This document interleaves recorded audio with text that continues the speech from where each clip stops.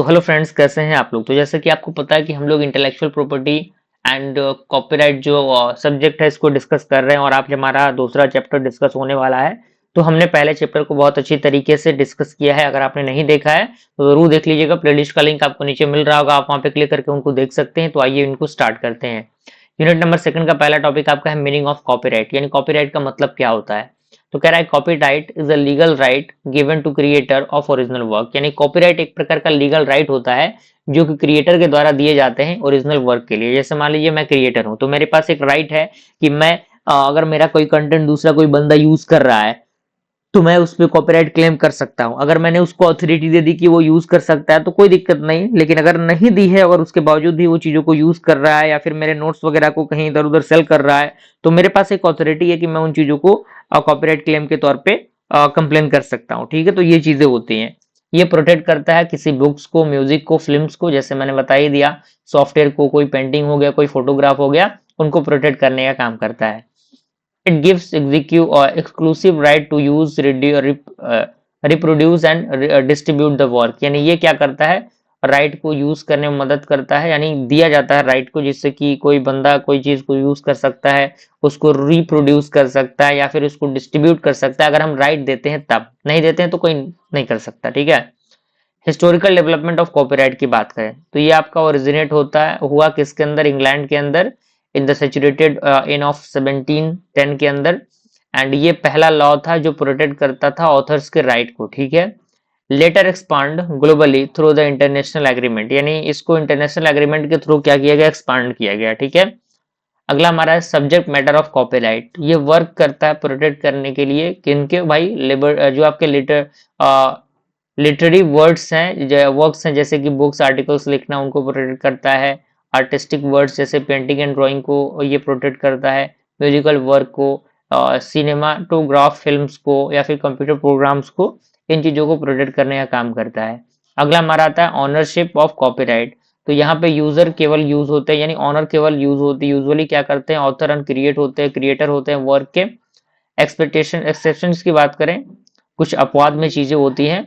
Work created during employment employees owner, यानी जब work create होगा एम्प्लॉयमेंट के दौरान तो वहां पे जो एम्प्लॉयर है वो क्या होगा, ऑनर होगा।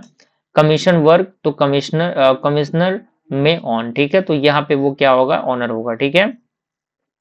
Term duration of copyright in India के अंदर बात करें तो लाइफ टाइम ऑथर, यानी जो ऑथर है उसके पास लाइफ टाइम ऑथोरिटी होती है, या फिर 60 साल यानी 60 साल का भी रहता है। ठीक है। For the film and sound recording, film and sound recording के लिए 60 साल का होता है फ्रॉम द पब्लिकेशन, पब्लिकेशन की तरफ से। ठीक है।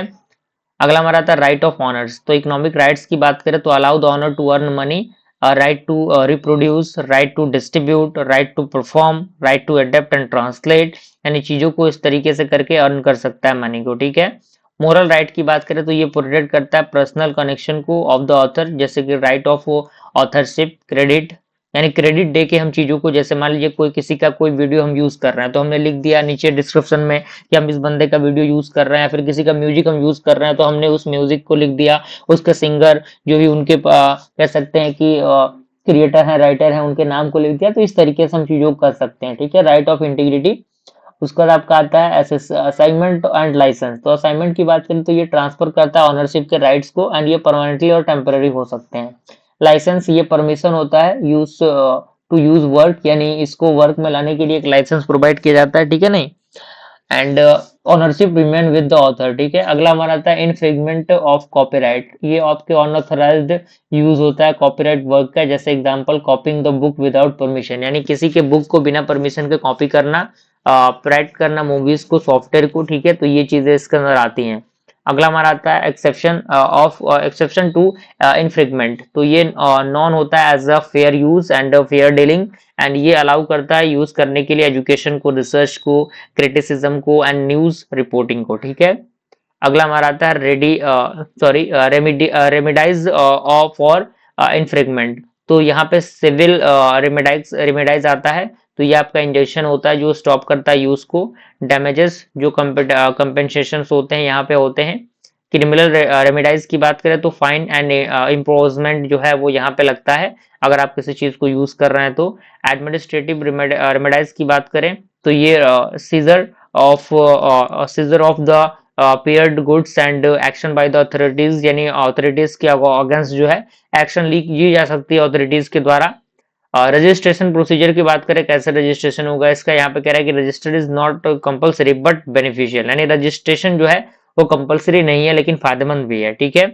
स्टेप की बात करें, एप्लीकेशन सबमिशन होगा, एग्जामिनेशन होगा, ऑब्जेक्शन होगा एंड रजिस्ट्रेशन सर्टिफिकेट इशूज होंगे। ठीक है, तो ये चीजें होंगे। तो इस तरीके से हम लोगों ने दूसरे चैप्टर को भी कंप्लीट किया। ओके, जल्दी मिलते हैं हम लोग नेक्स्ट चैप्टर के साथ, तब तक के लिए थैंक यू।